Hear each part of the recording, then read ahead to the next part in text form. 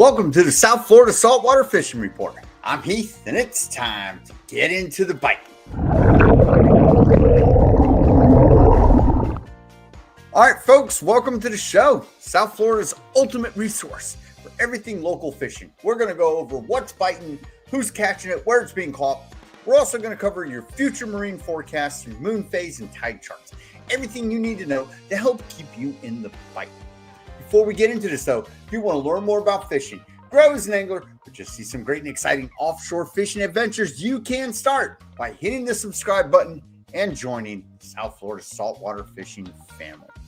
All right, folks, let's get right into this. Like I said, welcome to the show. We got a couple of notices by the FWC, nothing major.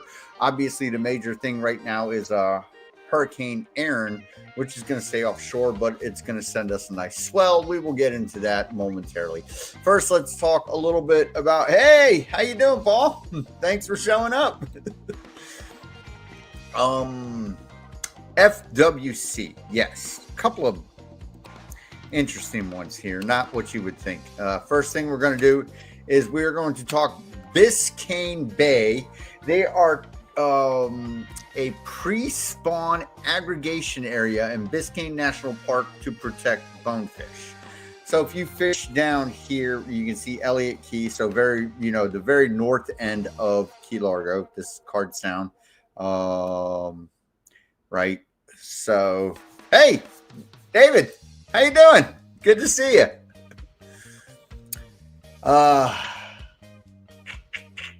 Yes. Biscayne Bay, right?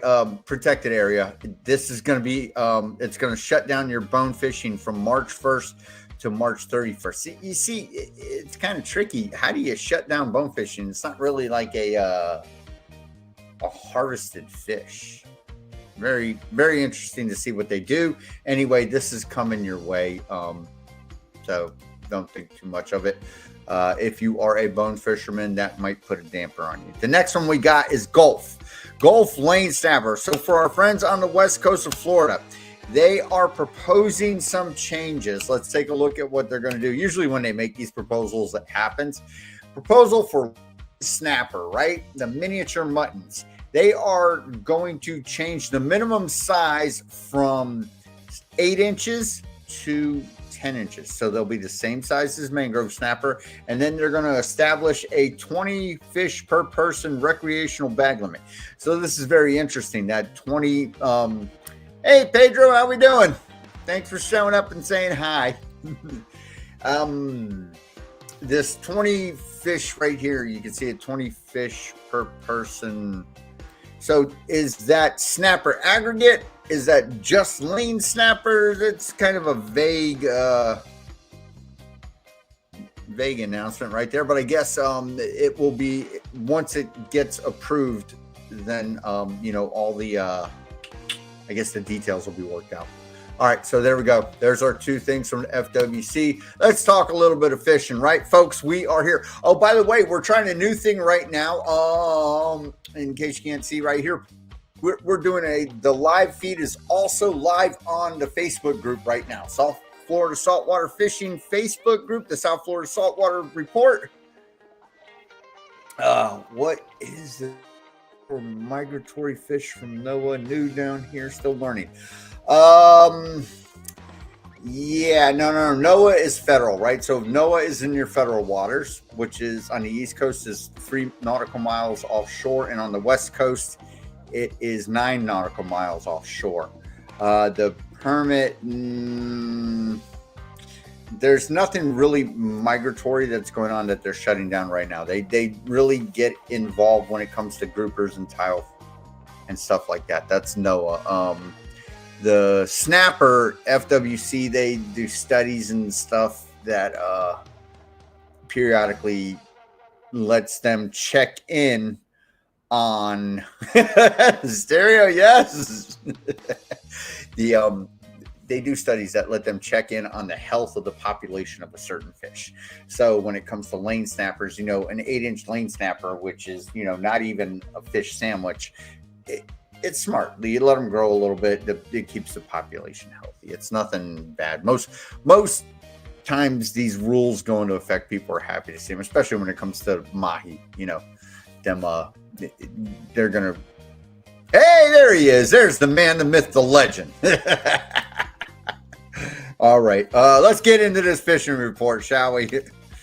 All right, we got to start off with some shallow water stuff. We got the cleanest skinny water. This is Marlo Kennedy Oleva with a nice flounder. So, I mean, hey, you know, one of my favorites, stuffed flounder. Delicious. Yes, thank you. Always. Love your enthusiasm. Anyway, here we go. Nice flounder, like I said, back in the mangroves on the West Coast, hitting it up. Good to go. Flounder is really good. Stuff making me hungry. All right, let's go. Let's keep looking. There's not much in the way of shallow water stuff going on in this week's report, folks. So let's see if we can hit up the reef. I know I saw a couple of reef fish. I did see a lot of amberjacks this week. People were hauling them up. So let's start. Where can I start? I'll start at the top and we'll work our way down. Okay, Gwen hooked a nice 20-inch mutton snapper, and then this amberjack ate it. So once they got it, 56-pound amberjack. Once they got it up, they got their mutton snapper back, and he was dinner too. So I mean, hey, that's a crazy story, and yes, and a fish also. Yeah, hey, you got a nice big old fat AJ. Throw that thing on the smoker, and then you got some, some mutton meat. Good to go. Like I said, I saw a good amount of amberjacks caught. All right, here we go. Kevin out of Hillsborough Inlet, 25 feet of water, nice red grouper. And always good when you can get a keeper red grouper, definitely. And then we got the strawberry, rock hind, whatever you want to call it, one and the same. Folks, get your grouper fishing in while you can, because the day's coming where they're going to say, stop. Here we go. James Thompson out there on his new boat getting in some work, definitely. And he found Mr. Pink out deep. Again, remember your mutton snappers, right? If you're out in deeper water, they're going to be all pinked up. The closer you get inshore, they're what you call a greenback. Back up here is more green than pink. A little bit of mutton trivia. James, congratulations. Hope you're enjoying the new boat, buddy. Todd, 69-pound amberjack. Like I said, makes those, makes the kingfish look kind of small. Very nice. Again, I don't know. The amberjacks were out eating this weekend or something, I guess. So, yeah, big old fish. Donkey and a half. All right, let's see what else we got. We'll stay on the reef. I know you saw some mahi in there, but we'll just give you Yandri, Mr. Barracuda. Hey, man, listen. Throw that thing on the grill. Eat him up. Don't let him make a fool out of you. Barracudas are definitely edible, the smaller ones. If you are afraid of ciguatera, the key to eating barracudas safely is when you're filleting them. If you're really scared about ciguatera, if the flies don't land on your meat, that means there's something wrong with it. If the bugs ain't eating it, you probably shouldn't. I mean, we all know bugs eat some questionable stuff. All right, Joshua got himself some muttons, right? Got in on the mutton bite. Look at that, got one filleted up over there. Hey, perfect, man. You go out and you're hunting down the muttons, you put into work, you deserve to reap the rewards. Brian, up north, no fishing, went with his wife to and his son, who is going to, I believe, Purdue. Let's see. Yes. Can't see any of the other comments. Anyway, yes. Right. Let's see what else. Oh, here we go. Yandri with the on top of the Barracuda, another solid reef donkey. Like I said, we had quite a few amberjacks, sizable amberjacks caught this past weekend. All right. Yes. Daniel jumped in the water, saved the Goliath. Once you get them up, yep, you can vent and help them go back down so you can save them before they, got all that bear trauma and stuff. But hey, I think it's always pretty cool to see people jumping in and giving the fish a hand back down. All right. Very good there. Dean Dean was doing population control on the bonitas this weekend. Hey, out there having some fun, get the kids in on the troll. Nothing like, the bonita, as much as we hate them, they are a tuna and they're super fun. And if the bite's slow, hey, you take it in shallow and, get everybody a little bit excited, get some lines, zinging out. All right, now let's go back and do a little bit more pelagic wandering, right? We saw all of the reef fish, the groupers, right? The amberjacks showed up. I'm not sure what that is, but hey, if they're here and you're into AJ fishing, go on ahead and get her done. Get out there and get you some. All right, Guggen the Pro, Jason Reese. Got out there, got a nice blackfin and a kingfish, and all in front of a rainbow. Perfect. So, Jason, quality angler, father figure, great YouTube channel, full of knowledge. Again, putting on the clinic, showing that, the species that we can get off our deep reefs, and, sharing how you can get out there and get them on board, right? All right, very good. Thanks, Jason, for always being a team player. And he said he got the blackfin 280 off Fort Lauderdale. Didn't find a lot of fish, but hey, they found some fish. All right, here we go. Destin. Okay, so what he says here is he had to give the swords a break. I can only imagine this is a charter. They got a couple of swords one day, and then they loaded the boat with the mahi. Look at this. I mean, talk about some getting out there and getting her done. Those aren't, tiny little, those are all solid 24+ inch fish. So yeah, the mahi were doing good. Now let me just stick with Destin here. This is swordfish number 1. They got on board. Very good. That's one of them. And white. And then he's got swordfish number 2, which looks like it's out back of the house. 112 pounds. Very good. So a couple swordfish for Destin, and that nice run on the dolphin right here, like you can see in this picture here, a ton. So he had, definitely whatever happened there, man, that trip paid off for those folks. All right, let's keep on keeping on, right? Mike. Got out there, got him some dolphin and a couple of the false albacore. This was August 16th. Perfect. So very good. Thanks, Mike, for sharing. I think he gave a little bit of information here. Let's see, 1,200 feet. So I did read, I went out this weekend and I managed to eke out one dolphin in around 900 feet. I was reading that folks were finding them out in 1,200. So if you didn't find them and you struck out, they were out there. But I mean, the onesies and twosies were all around. Like I said, I managed to get one in the boat. Hey, some tacos. Jay, another nice one. Like I said, here we go. You put in the work, you find the one, and not be the best day ever, but hey, at least you're going home and you're getting to eat some yum-yums, right? Man, I love me some fried fish tacos. Got to make a couple of them. Robert, getting the kiddo on the dolphin. Look at that. Yeah, gotta love it when man. This is the fish, right? The mahi is the fish that gets everybody excited. They jump, they pull, drag. The kids, man, it's very addicting when you're young and you get into fishing like this. I love to see, these pictures. It's always great. Ray. Sunday, off Key Biscayne, an amazing bite. He said he had his limit by 9:30, which is great. So if he went out by himself, that's 5. And these are some quality sized dolphin here he's got. Found a small weed patch at 1,000 feet. So again, 1,000, 1,200 out there, a good deal. Trolling squid rigs with bonita strips. Caught 5, released more, all 21 to 25 inches. Very good. So Ray, hey. Congrats. He's got a little bowl right here.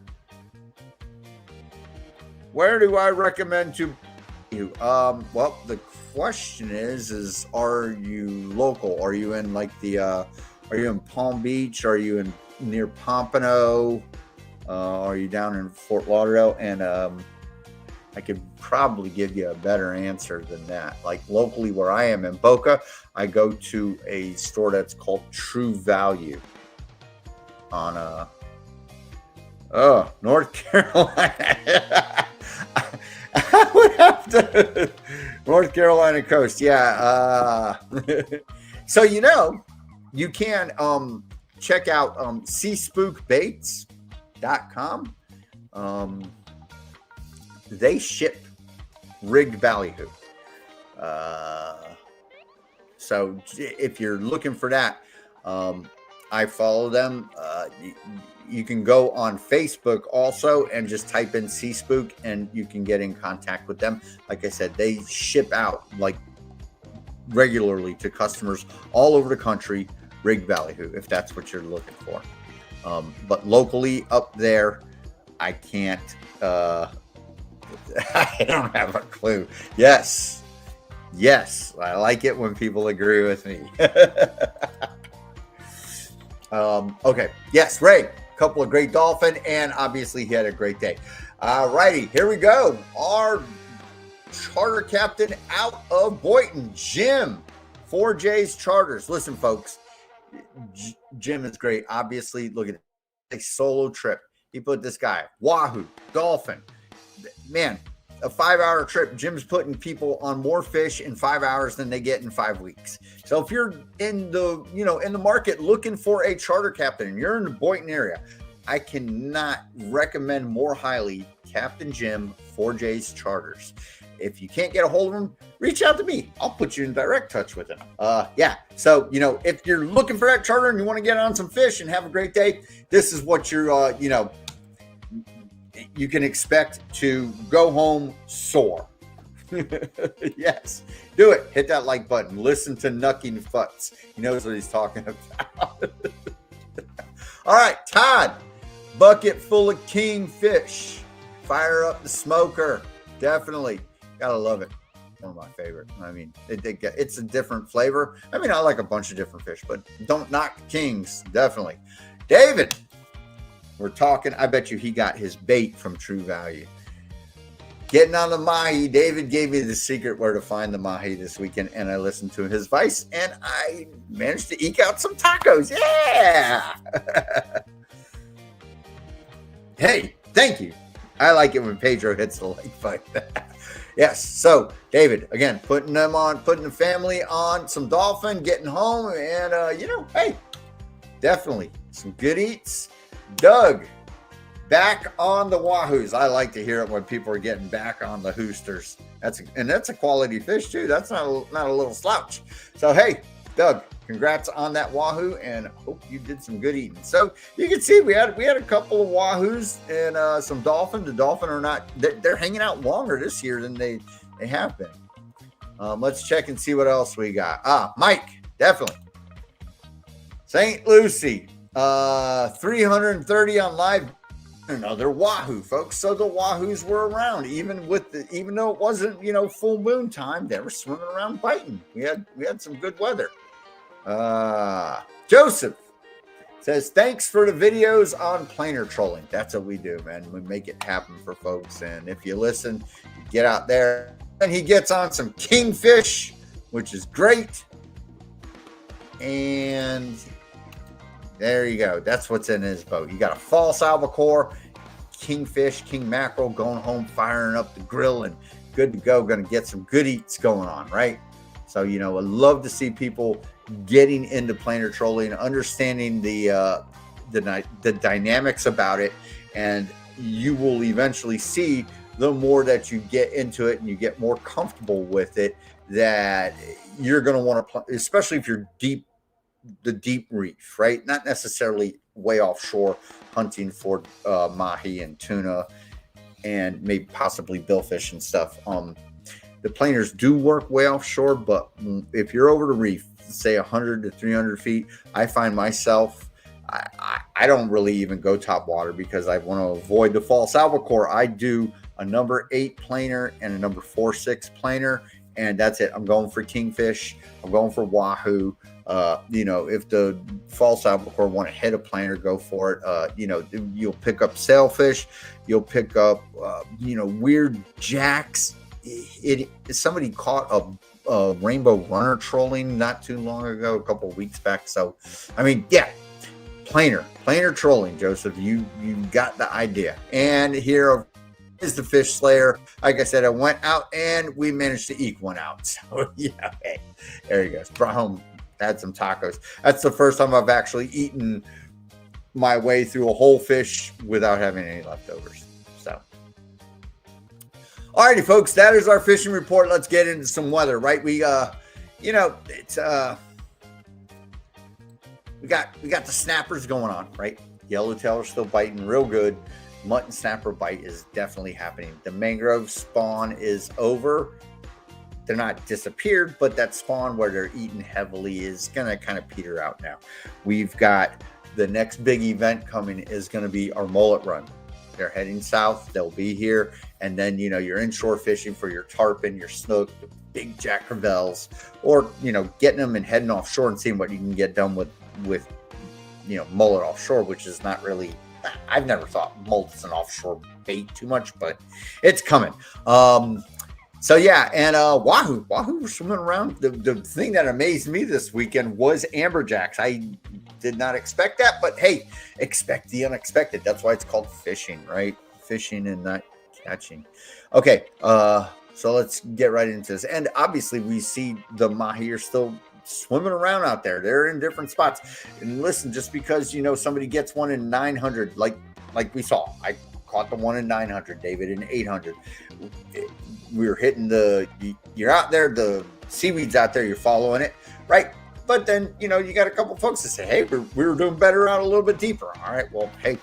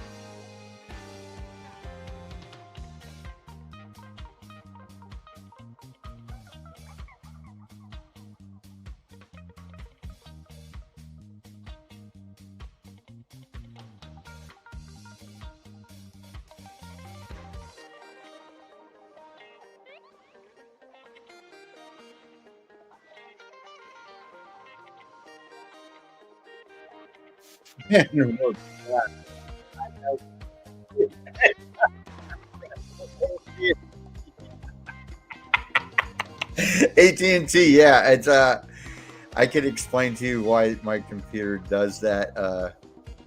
but I'm just going to say my computer and internet hate me. All right, we're back. We're back. Stop. I got to focus and do this before it freezes again. All right. Hurricane Aaron, right? This is where we stand right now, folks.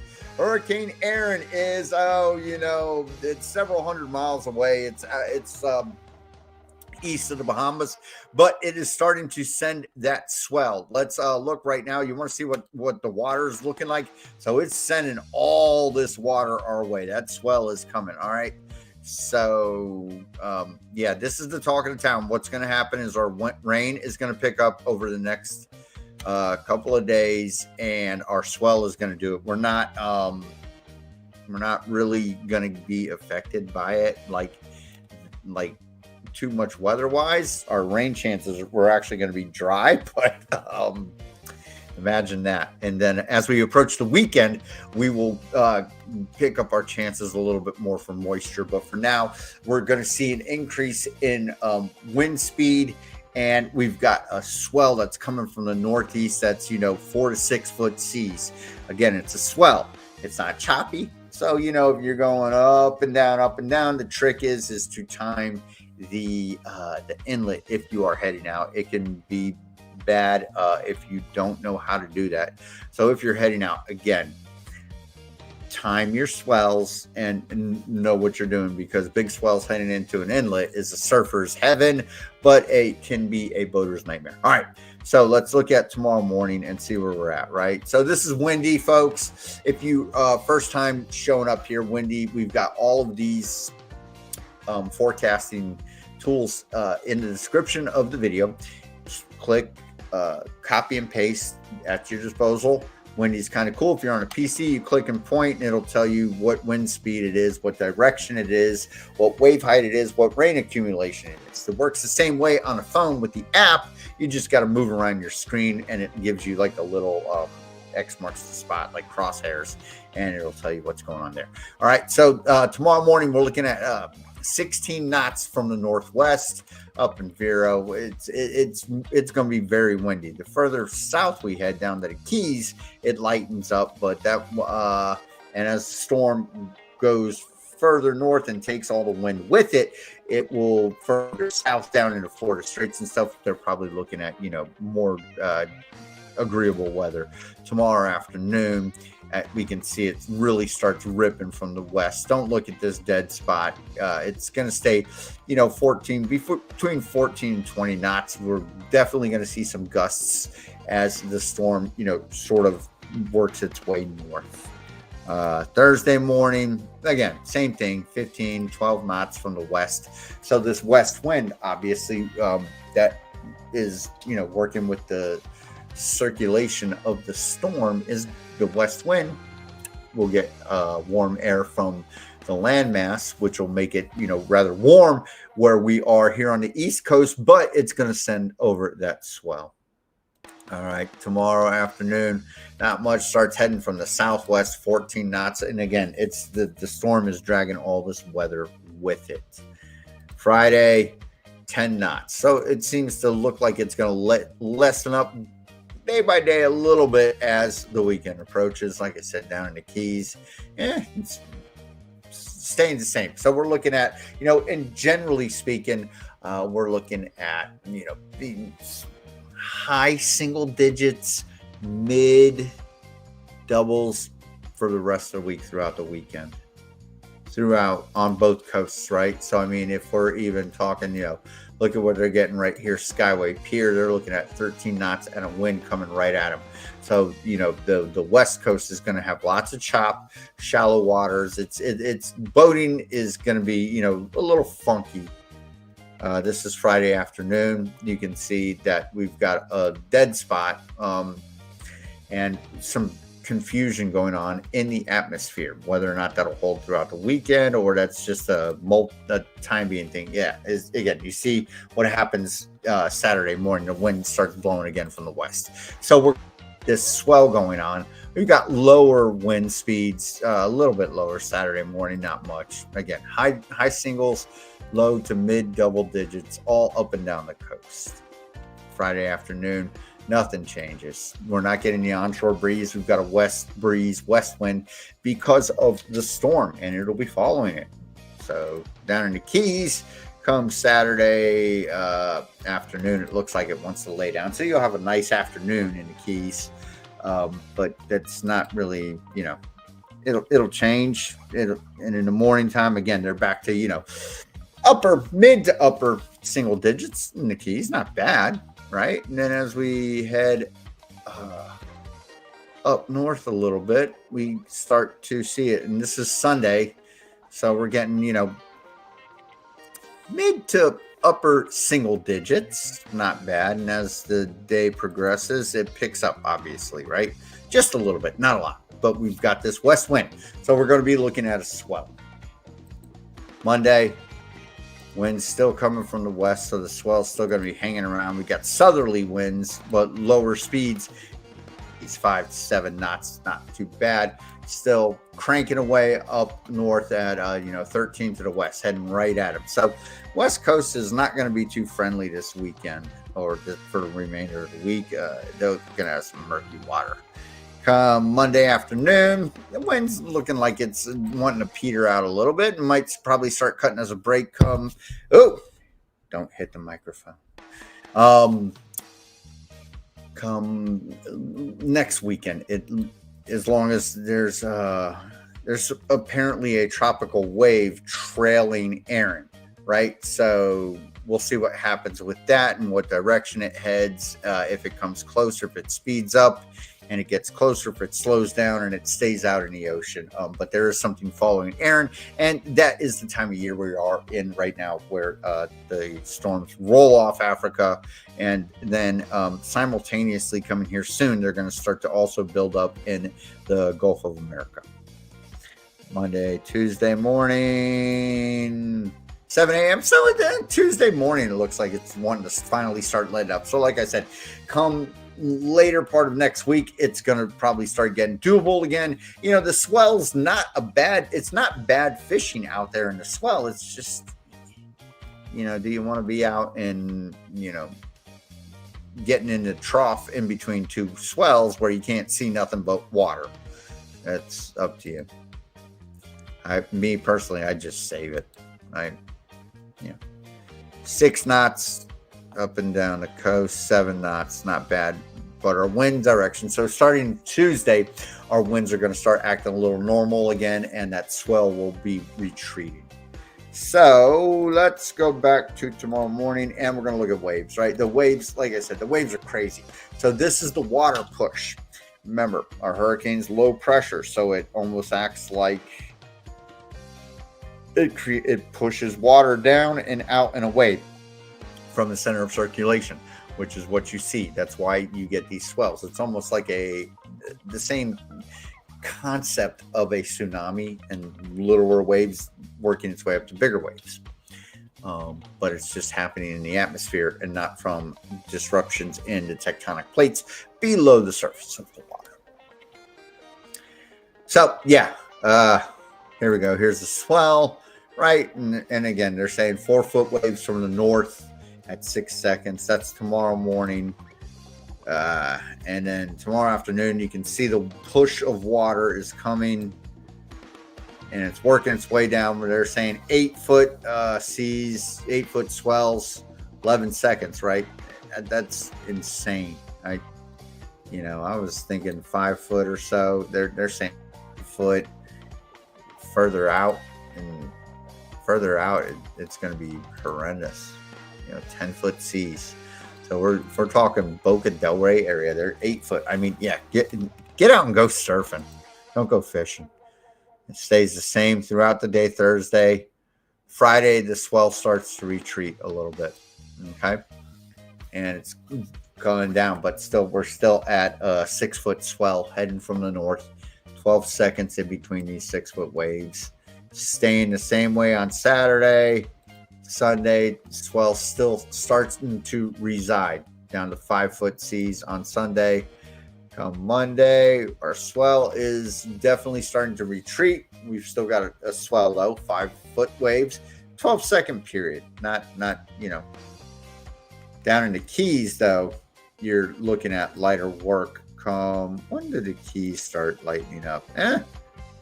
They really don't get hit too bad. The lower keys is not going to be hit by that swell, which is good. All right, Sunday, still got the swell retreating. Monday, we said it's going to start doing its thing and retreating. Tuesday is where it really starts going up. It's not rough until the swell. You got that right. Yeah. No, you, like I said, it's the same thing. You just gotta, if you're land-based fishing, you're gonna get wet. If you're running offshore in a boat or jet ski, you can time those swells and make it out. Just know what you're doing. If you don't know what you're doing, go with someone who does. All right, so Tuesday our swell's starting to go away, and let's see, Wednesday. It's still going to be, so hopefully by next weekend we can have some positive report for the ocean conditions. But like I said, there's a tropical wave following Aaron, so we will have to see what that brings. All right, let's take a look at our rain. Like I said, the rain's crazy right now. We're going to stay pretty dry. You can see offshore showers and clouds.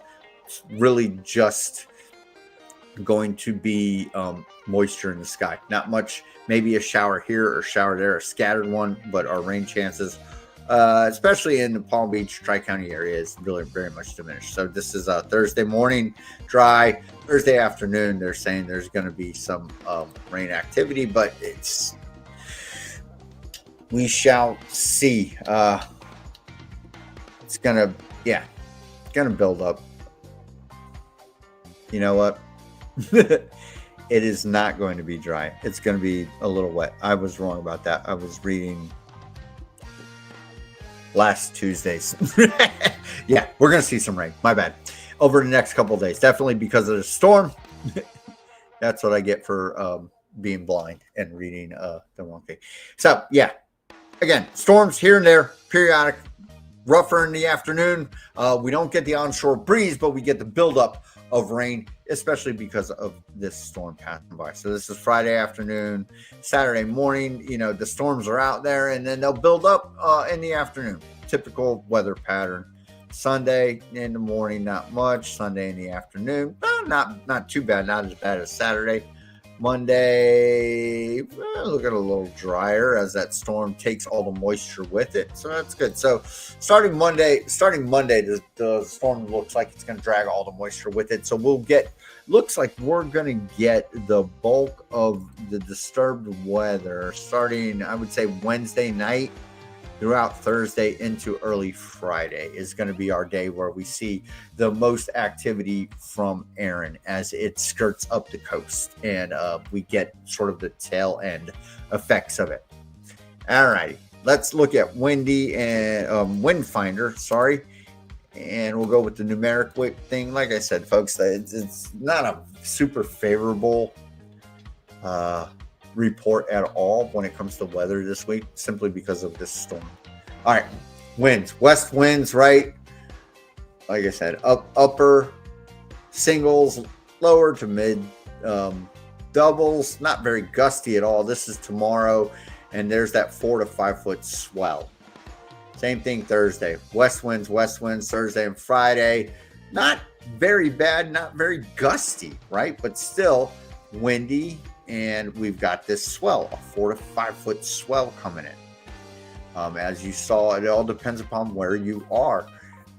It could be 8 foot in some areas, like they're saying. So, you just have to really, use, definitely when it comes to this, if you're heading out, you'll want to use, Boynton Inlet Cam, Beach Cam, South Beach Cam from BOCA, something that you can look at. If you're more up in St. Lucie or wherever it is, there's always a live resource to let you really look at it and see whether or not it is insanely impossible or somewhat realistic. Monday and Tuesday, right, we're starting to see the diminishing of the swell, as you can see, and the period starts to shorten, and we'll see what happens come later in the week. But for right now, we've got this ginormous swell coming at us because of this storm. check out our moon phase real quick. All right. Moon phase. Yes. All right. So here we go. Right now we are waning. When it comes to the moon, waning means you're heading to the dark side of the moon. Waxing means you are heading towards the full moon. So right now we're at 15%. Tomorrow, Wednesday, 8%. Thursday, 3%. Friday into Saturday, new moon. Sunday, we start wax, 2%. Monday, 6%. Tuesday, 12%. So we're on the dark side of the moon. Makes it great for bait fishing, makes it better for your pelagic fishing because they're not fishing all night. But right now, with the insanity of what's going on with the storm, it's highly unlikely that the moon is going to do anything with us. And we shall wait for the September full moon. That's when we're going to start fishing for wahoo. All right. So that's our moon phase. It really negligible. We got darkness this weekend, which is good if you can get out there and use it to your advantage. All right, let's talk tides. Tides are important, folks, right? When you're fishing out of that inlet, got to have the outgoing tide. We say this all the time. Outgoing tide, fishing any inlet, right? Especially land-based guys. Guys on boats and not so much. Land-based guys, you got to have the outgoing tide. If you're fishing an inlet and you're fishing the incoming tide, you're going to catch. Oh, good Lord. You're going to catch nothing. Bless me. Thank you. Yeah, that's the way it works. Outgoing tide pushes out all your sediments, microorganisms, phytoplankton, phosphorescence, chlorophyll, everything that little fish come in and eat, and then the big fish come in and eat the little fish. And that is how a tide cycle works. Cannot explain it any more clearer. Outgoing tide. You're fishing the incoming tide. Hey, best of luck to you. All right. Tomorrow, got the outgoing tide, and it will shift further towards the middle of the day as the week progresses. Like I said, we've got some crazy seas, so just beware. Now, here's the thing. With a swell, and you've got an outgoing tide, if you're inlet, you've got an outgoing tide and a swell coming in, that is going to make the swell seem bigger. If you've got an incoming tide, your tide's following your wave, the wave will seem more diminished. If you've got your current going one way and your swell going another way, that's what makes the swell bigger and more surfable. All right. Yeah, the tides ain't gonna work. It don't matter nothing. All right, folks, that's it. We're done. Sorry for the freeze up, but hey, at least we got back up and running. Before we head out, right, folks, one thing. If you are in the market for some fishing apparel, you want one of them cool UPF 50 shirts. UPF 50 shirts, the fishing shirts, right, with the hoods, the gaiters, all that stuff. Visit our sponsor, WindRider. They've got the South Florida saltwater fishing shirts with logos on it. UPF 50 shirt means you don't need sunscreen, right? You can get it with a hood, with a gaiter, with just a hood, with nothing. You can get the logo on the front, on the back, support the brand, right? We're not asking for too much. We're asking everybody to get out there and be safe in the sun. Right now, if you want to go and pay double the price for wearing a shirt that says Hook or Pelagic or Salt Life or I'm not even sure, go on ahead, be my guest. I'm not a hater. I'm just, hey, trying to send everybody the way and support the brand. If you are into it, love seeing people out there wearing the shirts. All righty. And last thing before we sign off, if you're on Facebook, folks, like those who are there right now currently watching this report, I would like to ask you, go on ahead, join the South Florida Saltwater Fishing Report. It's streaming live on there right now. The logo looks like this. It is South Florida Saltwater Fishing Report. It's not South Florida Fishing. That's a totally different one. It's a public group, lots of bots. We're proud You got to ask to join. You got to answer one question and agree to follow the rules. Question, what's your favorite fish? If you don't have a fish or you're not into fishing, you're just getting into it, cool. Just say you agree to the rules. Bots cannot answer these questions just quite yet. We'll wait and see what happens with AI here in the up and coming. See what happens. Maybe they will learn to answer questions. But regardless, South Florida Saltwater Fishing Report, right? This Facebook group is what directly drives our Tuesday show.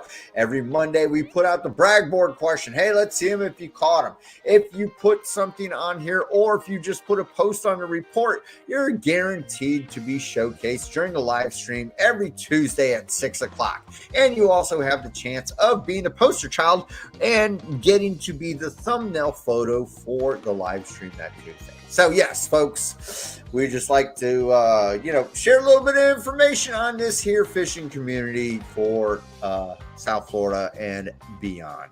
All right, folks, that about does it for this episode. Weather the storm, going out, be safe, time your swells throughout the inlets good. Don't do anything stupid. I'm waiting until it gets more doable. I'm fished enough. I don't want to deal with waves. Let me know how it is. We'll see you all next Tuesday, right? Hope you have fun if you get out there. If you do, post some catches. Till next Tuesday, South Florida Saltwater Fishing, going wherever the cool wind takes us.